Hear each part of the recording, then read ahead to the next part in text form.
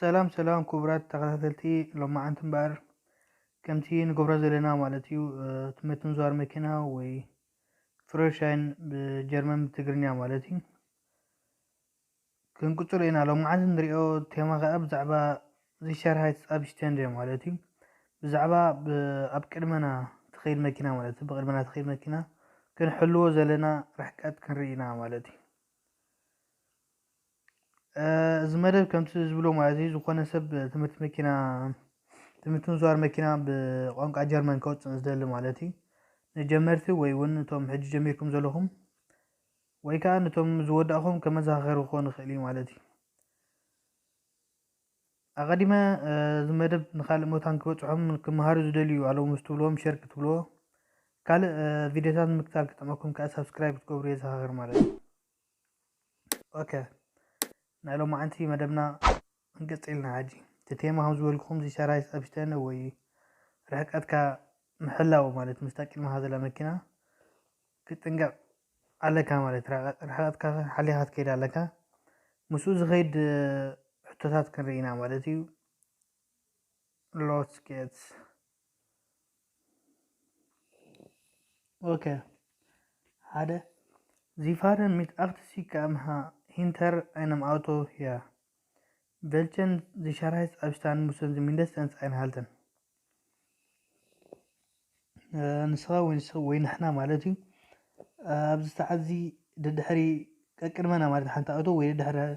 حنت اوتو 80 كيلومتر بساعه نخيد علينا كندي زخون مترو رحقت كلونا لو مزا قدمنا تخيزلا ماكينه مالتي 80 كيلومتر بساعه كان نغعزلنا نحنا ولا نسا مالتي قدامي مالتي انا ابشتان فون سميتن 15 متر زخون رحقت كلونا لو برنالو قال ايدي اينن زفاي سكنن ابشتاند ناي كلتا سكند قعزو رحقت كلونا بلنالو كلو علنا بلنالو مالتي سالسيتي اين سكندن ابشتاند نحن سكند زخون قعزو رحقت كلونا لو بلنالو سلازي 15 متر رحقو ناين سوري بتعمي قريب مالت 15 متر بتعم قريب مونات 8 كيلومتر بساعتي كل جزء خاب زخونه كتما يكون عدي ابنو قعزولو نايتي نقول زولنا مالتي فرقي نقبلت 100 كيلومتر بساعة نرجع زلنا 5 متر حقت مستقل منا زلا مكينة خلونا لو مالتي تسترجع نحر أبز جزيز 8 كيلومتر نرجع زلنا خا 4 متر أنت واحد 4 متر مالتي حقت مستقل منا زلا مكينة خلونا لو اوكي سلازي ولا سرعو مالتي كالكوليت كبرو وي أنا تاجرو مستي سكند مستي أوار مالتي وي مستي شتونده سلازي اتملسي زفاي سكن أبشتان مالت أب كلتا سكند نقعزو رحقت كخونا لو مالتي سريحان يرى كابر بعان لعلى متريات متسع مالتي سلازي نسي تقونا تشيك بروي حمسون قال سلازي زي أتاملسي اوكي فوسو كان ein ausreichender Abstand zum vorausfahrenden Fahrzeug beitragen.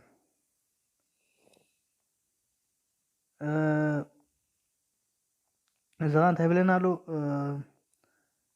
رحقتنا مستقدمنا ذا الماكينة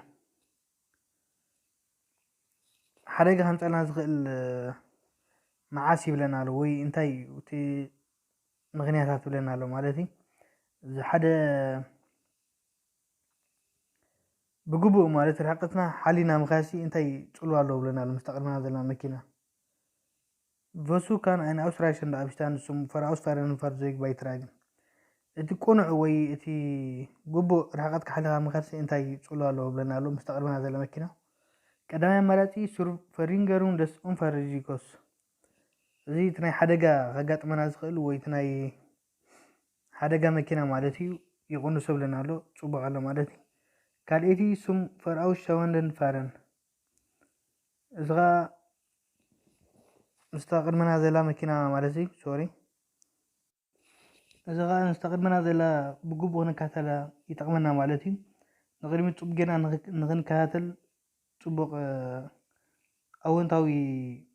حاجة زالو مالتي ምክንያቱም ርሕቀትካ ሓሊኻ ተዛኒኻ ክትጓዓዝ ማለት እዩ ብዘይ ዝኾነ ምጭናቕ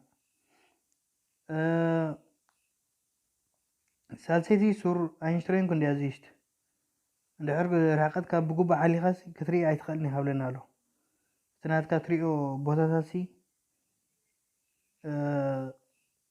ሙሉእ ኣይኮኑ ብለና ኣሎ ወይ ገለ ነገር ትኽእል እዚ ግን ጌጋ እዩ ማለት ስለዚ ሓደጋ ይከላኸለልካ ካልእ ኸኣ ነቲ ቅድመኻ ዘሎ ዝጓዓዘ መካይን ፅቡቅ ንክትሪአን ይሕግዘካ ማለት እዩ ኦኬ Was kannst du auf Fahrunfällen führen? እዚ ኸኣ ብቅድመኻ ዘላ መኪና ማለት እዩ ብድሕሪ ክትሃርመ ከለኻ ወይ ሓደጋ ክትፈጥር ከለኻ ናብ ከምኡ ዘምፃልካ ነገራት እንታይ ይብለና ኣሎ እታ መኪናት ብድሕሪ ክትገጭኻ ወይ ትኽልካ ተኣትዎ ከለኻ ማለት እዩ ክትጋጭ ከለኻ ንሓንቲ መኪና ብቅድመኻ ትኸይድ ዘላ ብድሕሪታ ክትሃርመ ከለኻ ማለት እዩ ኦኬ ቀዳመይቲ ሱዲሽተስ ኣውፋረን ብጣዕሚ በቃ ርሕቀትካ ካለኻ ልክዕ ደድሕራ ክትጓዓዝ ከለኻ ማለት እዩ ካልአይቲ ኡንኤርቫርትድ ስታርከስ ብሬምዝን ዘይተፀበቐዮ እቲ በዓል ትቅድመኻ ዘሎ ማለት ዘይተፀበቐ ፍሬኖ ሃንደበት ፍሬኖ እንተሒዙ ክትጋጭኻ ማለት እዩ ናይ ግድን እዚ እውን ነታ መኪና ብድሕሪ ክትሃርማ ትኽእል ኢኻ ማለት ሓደጋ ትፈጥር ትኽእል ኢኻ ሳልሳይ ኡንኣውፍሜርጊዛንካይት እዚ ኸኣ ዘይምስትውዓል ወይ ተናትካ ኣቓልቦ ናብ ካልእ መበላ ብጥምዛዙ ወይ ዘይምስትውዓል ማለት እዩ ስለዚ እዚ ሰለስቲኡ ናብ ሓደጋ ክመርሓና ንኽእል እዩ ማለት እዩ እታ መኪና ብቅድመና ዝኸይድ ዘላ ብድሕሪኣ ክነሃርማ ንኽእል ኢና ወይ ሓደጋ ክንፍጥር ንኽእል ኢና ማለት እዩ ኦኬ ኢር ባይፋራ ቫይስ ዚ ቬረን ዲያ ፋርት Daraufhin, da Sie mehrfach zu dicht aufgefahren sind, wie sollten Sie sich verhalten? ብሳኻ ማለት እዩ ባይፈራር ኣብ ጎንኻ ኮፍ ዝብል ንስኻ እታ መኪና ሒዝካ ያላ ክትዝውር ኣለኻ ኣብቲ ጎንኻ ኮፍ ዝብል ሰብ ባይፈራር ይበሃል ማለት እዩ ንሱ ይነግረካ ማለት እዩ የጠንቅቐካ እዛ ቅድመና ዘላ መኪናስ ብጣዕሚ ቀሪብና እያ ንጓዓዝ ኣለና ብለካ ማለት እዩ ብዙሕ ግዜ ስለዚ ነዚ ብኸመይ እንታይ ገብረ መልሲ ትበሉ ብለና ኣሎ ቀዳመይቲ እሽ ኢግኖሪረ ዲ ኢንቫይትድስ ባይፈራርስ ነቲ ዝበለኒ ማለት እዩ ኣይግደሰሉ ነቲ ዘረባ ናይቲ ምሳይ ዘሎ ሰብ ነቲ መጠንቀቕታ ወላ ሓንቲ ኣድህቦ ኣይሂበሉን ብለና ኣሎ ካልአይቲ እሽ ሃልተ ኣይነን ግሮትን ኣብ ሽታንዳየን ከምኡ ዝበለኒ ኣብኣ ከልኹ እቲ ናተይ ርሕቀት ሕሉ ብለና ኣሎ ብጣዕሚ ቀሪባያ ነበርኩ ብጣዕሚ ቀሪብና ዝጓዓዝ ስለነበርና ሽዑ እቲ ምሳና ኮፍ ዘሎ ሰብ ምስ ነገረና ግን እቲ ርሕቀትና ንሕሉ ማለት እዩ ንውስኸሉ እቲ ርሕቀትና ሳልሰይቲ እሽ ነመ ዲ ኢንቫይትድስ ባይፈራርስ ኤርንስት ነቲ ሓበሬታ ተገዲሰ እቲ ናተይ ርሕቀተይ ከዓ ሕሉ ይብለና ኣሎ ማለት ስለዚ እዛ ካልአይትን ሳልሰይትን እየን ቁኑዓት መልሲ Okay, wann muss ein PKW mit Anhänger außerorts auf Straßen mit nur einem Fahrstreifen vor jeder Richtung vom Vorausfahrenden einen so großen Abstand halten, dass ein Überholer einscheren kann? እዚ ኸኣ እንታይ ብለና መዓስ እዩ ሓንቲ ኣውቶ ማለት እዩ ፒካፕ ንእሽተይ መኪና ማለት እዩ ኣውቶ ኢና ንፅውዓ ወይ እታ ኖርማል ንእሽተይ መኪና ማለት እዩ ምስ ናታ ተወጣኢታ ወይ እቲ ናይ ንብረት ገለ ንፅዕነሉ ተጎሳሲት ማለት እዩ ብድሕሪኣ ኣንሄንጋ ተባሂላ ትፅዋዕ ብዶች ካብ ከተማ ወይ ካብ ውሽጢ ዓዲ ኣውሰር ኦርስ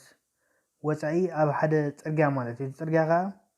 ሓደ መስመር ዘለዎ ማለት ሓደ መስመር ናብቲ ትኸዶ ዘለካ እቲ ሓደ ከዓ ኣንፃርካ ክልቲኡ ሓደ መስመር ዘለዎ ፅርግያ ማለት እዩ ግን ካብ ከተማ ወፃኢ ወይ ካብቲ ዓድታት ሰብ ዝነብረሉ ወፃኢ ማለት እዩ ስለዚ ምስታ ከምዚ ኩነታት ምስታ ቅድማኻ ትኸይድ ዘላ መኪና ክንደይ ርሕቀት ክትሕሉ ኣለካ ማለት እዩ ናይ ግድን ርሕቀት ክትህሉ ዘለካስ መዓስ ይብለና ኣሎ ምክንያቱ እቲ ንዓኻ ዝሓልፈካ ሰብ መታን ምስ ሓለፍካስ ቀልጢፉ ናብቲ የማናይ መስመር ንክምለስ ማለት እዩ መኪናኻ ንእሽተይ መኪና ሒዝካ ኣላ ምስ ተወጣኢታ ማለት እዩ ስለዚ መዓሲኻ ብዙሕ ቦታ ወይ ርሕቅቲ ትገድፍ ዘለካ እቶም ካልእ ሰብ መካይን ምስ ሓለፉኻስ ናብቲ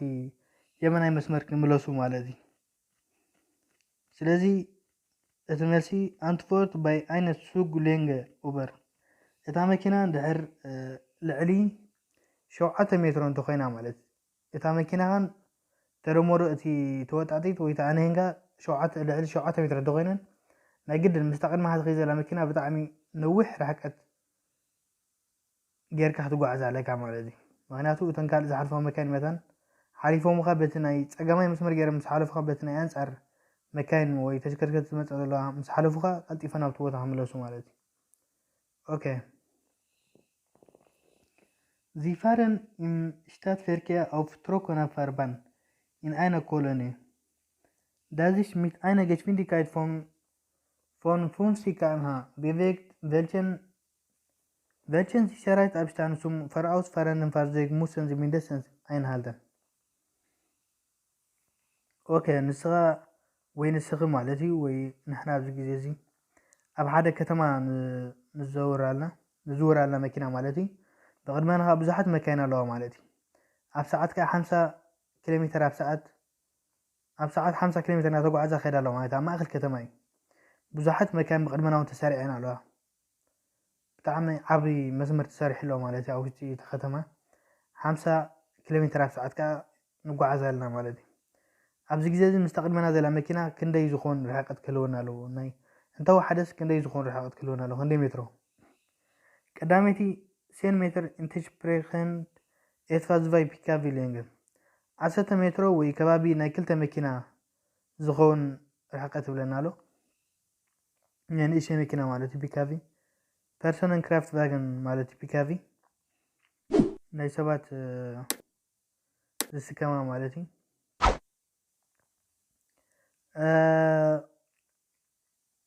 ካልእቲ 5 ሜትር ኢንተሽፕሬክን etwa 3 ፒካቪ ሌንግን ከባቢ 15 ሜትሮ ክኾን ኣለዎ ምስ ተቅድመ ዘላ መኪና እዚ ከዓ ማለት 3 ፒካቪ ወይ ኣውቶስ ቁመት ማለት ይብለና ኣሎ ሳልሰይቲ 5 ሜትር ኢንተሽፕሬክን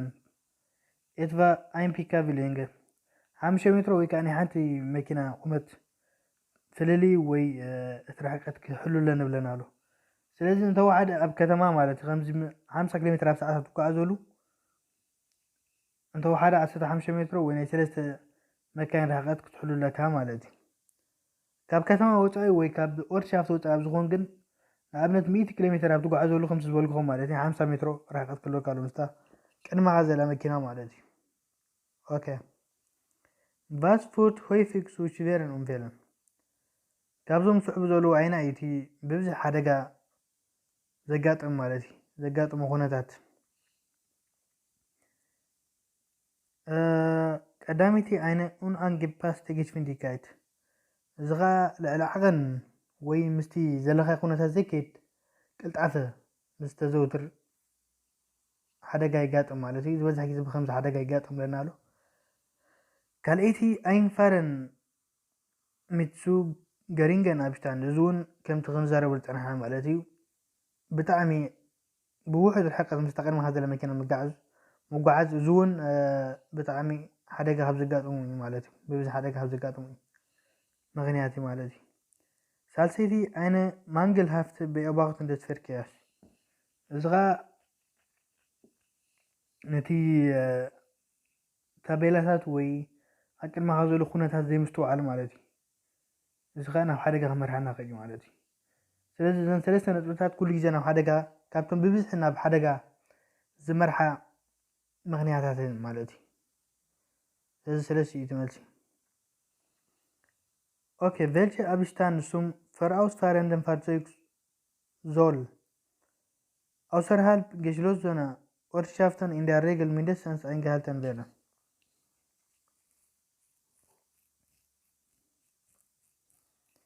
እዚ ከዓ እንታይ ይብለና ኣሎ ኣብ ዓይናይ ርሕቀት ይብለና ኣሎ ምስ ተቅድመና ትኸይድ ዘላ መኪና እንተወሓደ ካብ ከተማ ወይ ካብ ዓዲ ኣውሰርሃልፕ ገሽለሶ ናይ እርሻፍተን ይብለና ኣሎ ካብ ከተማ ወይ ካብቲ ዓዲ ካብቲ ገዛውቲ ዘለዎ ሓፂሩ ካብ ሰባት ዝቕመጥሉ ወፃኢ ኣብ በረኻ ማለት እዩ ወይ ኣብ በዓል ኣውቶባን ወይ ካብ ዝኾነ ይኹን ካብቲ ዓዲ ወፃኢ ማለት እዩ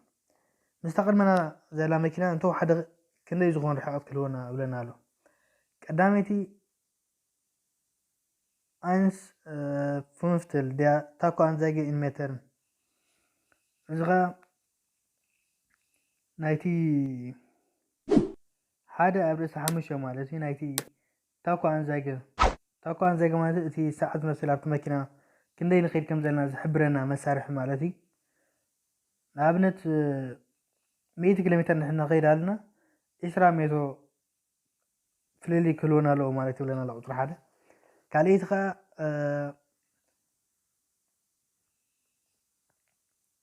Hälfte der Taco-Anzeige in Metern እዚ ኸ ፍርቂ ማለት እዩ1 ቫይት ማለት እዩ ሓደ ብርእሲ ክልተ ናይቲ ኣብቲ ንጓዓዘሉ ዘለና ኪሎ ሜትር ናይ ሰዓት ማለት ንኣብነት ኪሎ ሜትር ኣብ ሰዓት ንኣብነት 100 ኪሎ ሜትር ኣብ ሰዓት እንድሕር ንጓዓዝ ኣለና እቲ ምስታ ቅድመና ዘሎ መኪና ክህልወና ዘሎ ርሕቐት 50 ሜትሮ ክኾን ማለት እዩ ስለዚ ፍርቂ ናይቲ ንጓዓዞ ዘለና ብሜትሮ ማለት እዩ እቲ ንጓዓዞ ኪሎ ሜትር ኣብ ሰዓት እንዲ እቲ ክንሕልዎ ዘለና ግን ፍርቂ ናቱ ብሜትሮ ማለት እዩ እዚ ካብ ከተማ ወይ ካብቲ ዓዲ ካብ ገጠር ይኹን ካብ ከተማ ማለት እዩ ወፃኢ ኣብ ንኸደሉ ፅርግያታት ማለት እዩ ዝበዝሕ ግዜ ካብ 50 ኪሎ ሜትር ንላዕሊ ማለት እዩ ኩሉ ግዜ ኣብ ኦርሻፍት ካብ 50 ትኸይድ ካብ ወፃኢ ግን ካብ 50 ንላዕሊ ስለ ዝኾነ ማለት እዩ ስለዚ ፍርቂ ናይቲ ታኮ-አንዛይገ ኢን ሜተርን ማለት እዩ ኦኬ ሕጂ ኸ ብመልክዕ ቪድዮ ተዳልዎ ሕቶ እዩ ማለት እዩ ኩላትና ነስተውዕል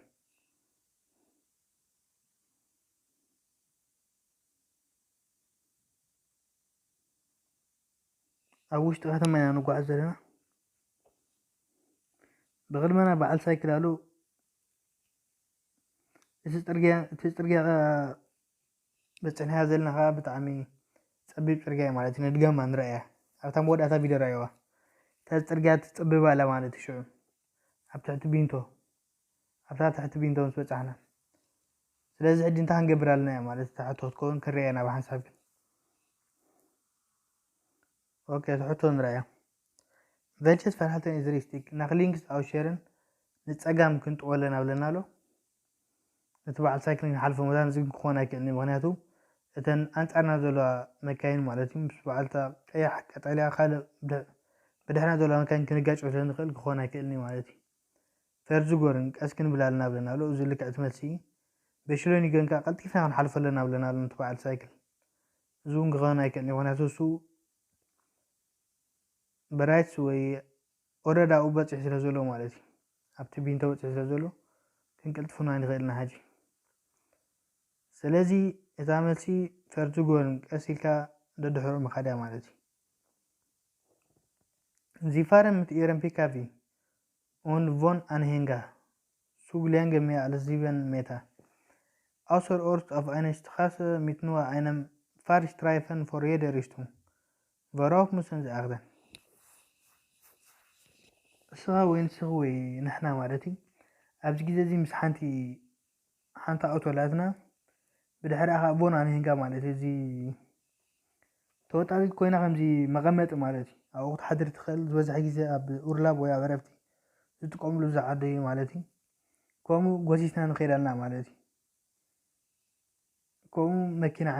ኣንሂንጋ ማለት እዩ ተወጣጢት ግን ቦን ኣንሂንጋ ማለት እዩ ኣብ መደቀሲ ከተጥቀምሉ ትኽእል መኪና ዓይነት ማለት እዩ ስለዚ ተለማሚረን ልዕሊ 7 ሜትሮ ቁመት ኣለዎም ማለት እታ መኪና እንታ ኣንሂንጋን ካብ ከተማ ወይ ካብ ዓዲ ወፃኢ ንጓዓዝ ዘለና ማለት እዩ እቲ ፅርግያ ኸ ሓደ መስመር ናብ ሓደ ኣንፈት ዘለዎ ማለት እዩ ስለዚ ኣብዚ ግዜ እዚ እንታይ ከነስተውዕል ኣለና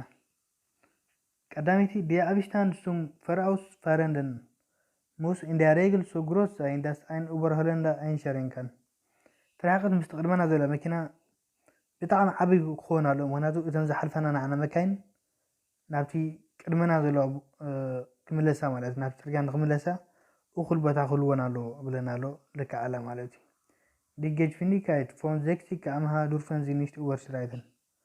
كابسوسان لعلي كيلومتر بساعات كيدي بالكان وي أي فكرة كان يبلنا له زي جاي فكرة كاي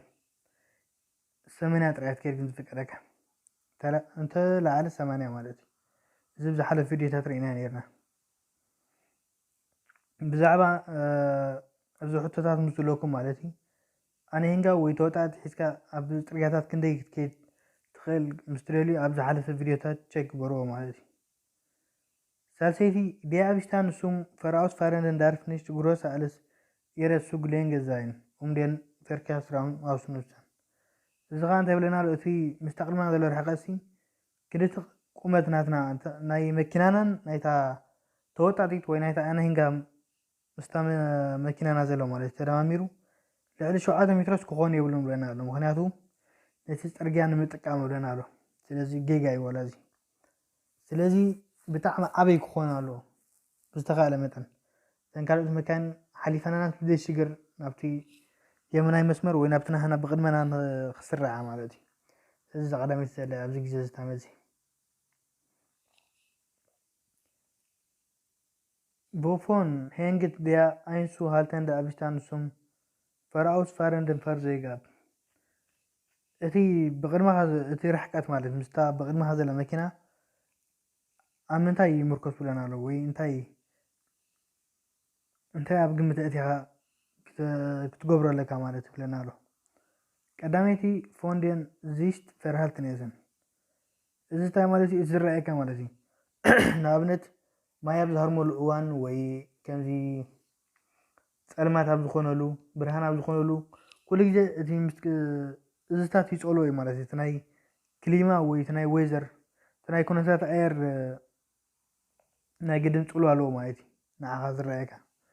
أب جزء تماتنا جزء قدرين تفللي حال عند كونا كلني مالتي وي أب جزء ما يبظهر ملو وي كال أبزخونلو وي تغابزخونلو مالتي كاليتي فونديا فاربان بشافن هايت زها قبتي ترجع عينات مالتي قالي ترجع بتعمل صبغالو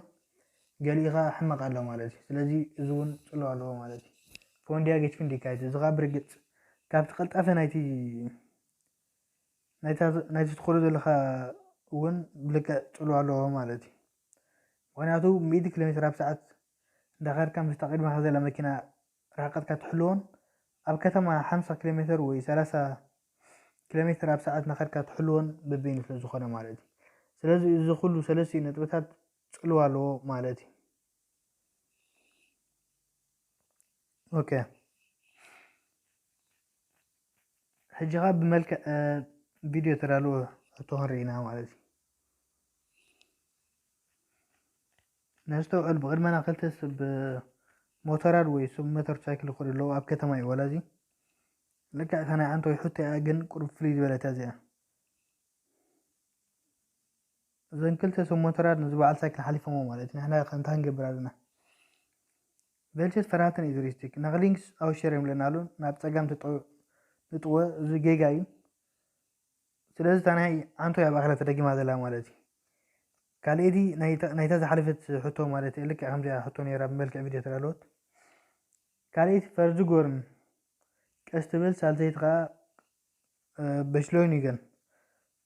أتي كنت أفخاتو سخول بنالو سلازي ردي مالتي كاسيحاتو ذلك Beim Verlassen einer Ortschaft erhoben ein ca. 15 Meter vorausfahrendes Fahrzeug und sie sollen die Geschwindigkeit von 50 km/h auf 100 km/h. Wie sollten sie ihren Sicherheitsabstand gegenüber dem Vorausfahrenden ändern? كاب حدا كتما وي كاب حدا عد نوصعنا مالتي 50 كيلومتر بساعة كنقعد صنعنا قدمنا 15 متر زرحقتها مكينة لا مالتي سواء كمان عليك 5 كيلومتر تقعد صنعها هجي أبزي جزء زين كلتينا غاب 5 كيلومتر بساعة ناب 100 كيلومتر بساعة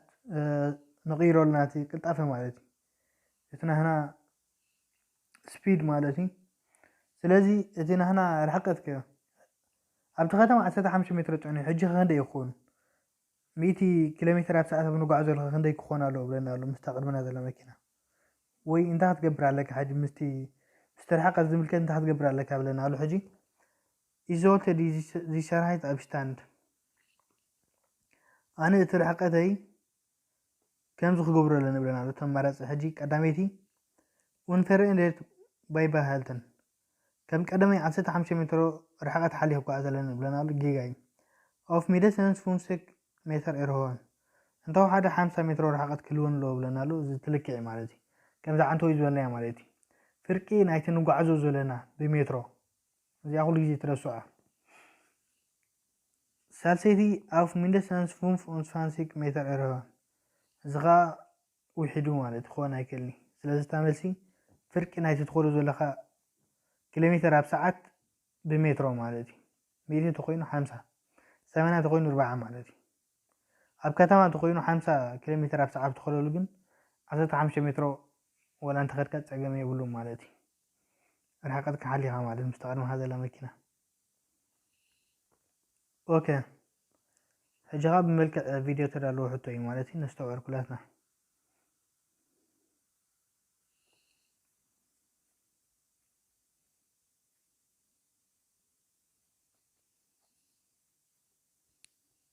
በዓል ሳይክል ቅድመና መፅእ ኣሎ ትሑታት ንራዮ ቢፈርሃልተን ዚዚሽሪስቲክ ኣብዚ እንታይ እዩ ትቆንዕ ወይ እንታይ ትገብር ኣለካ ብለና ኣሎ ቀዳመይቲ ቫርተን ቫይልድያ ዘይተን ኣብስታን ሱ ምራድ ፈራዞንሱ ገሪንግ ኢስ ክፅበለካ ምክንያቱ እቲ ርሕቀትካ ምስቲ በዓል ሳይክል ብጣዕሚ ውሑድ ክኾን ስለ ዝኽእል ማለት እዩ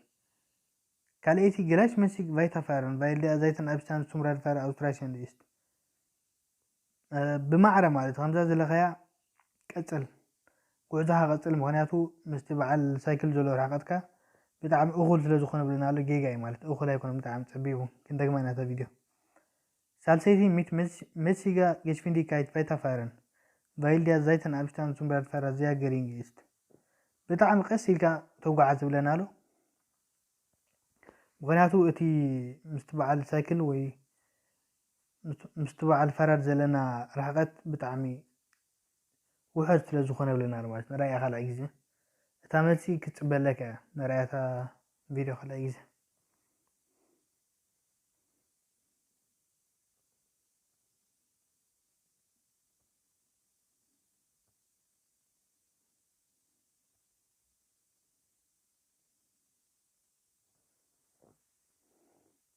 ስለዚ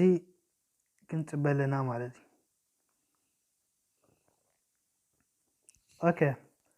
ናይ ሎማዓንቲ ዝሓሰብኮ መደብ እዚኣ ነይራ ማለት እዩ ዝኾነ ሕቶ ይኹን ርእቶ ነቐፌታ ዝህልወኩም ኣብ ኮመንት ፃሕፍዎ ማለት እዩ ምክንያቱ ዝኾነ ጌጋ ክህሉ ይኽእል እዩ ኣነ ብዓቕሚ ዝፍትን ዘለኹ ማለት እዩ ካልእ እዚ ንካልእ ሰብ ይጠቅም ምስ ትብልዎ ማለት እዩ ወይ ዝኾነ ሰብ